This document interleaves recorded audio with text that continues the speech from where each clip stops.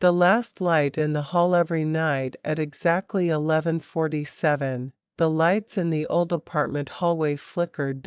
No one talked about it, not the tired families on the third floor, not the old man who watered fake plants on the second, and not Daniel, who lived at the very end of the hall, in the smallest room with the thinnest walls. Daniel noticed it on his first night there. He was sitting on the floor, back against the door, listening to the city breathe through the window.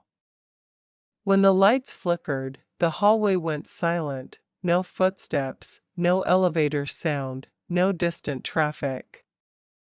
Just silence, heavy and deep. At first, he thought it was a wiring problem, but on the fifth night, something changed. At 11:47, the lights flickered again, and this time, a shadow appeared. It wasn't sharp or dark.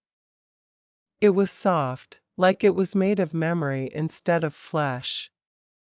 The shadow stood near the elevator, unmoving, as if waiting. Daniel held his breath. The shadow raised a hand. Slowly. Carefully. As if it was afraid to be seen. Daniel didn't scream. He didn't move. He just watched, heart pounding, hands shaking. The shadow lowered its hand and stepped back into the darkness.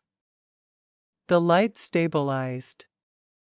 The sound of the city returned. The next morning, Daniel asked the landlord about the building. The landlord's face went pale. Room 312, he said quietly. A woman used to live there. She waited every night for her husband to come home. He never did. One night, the lights went out, and so did she.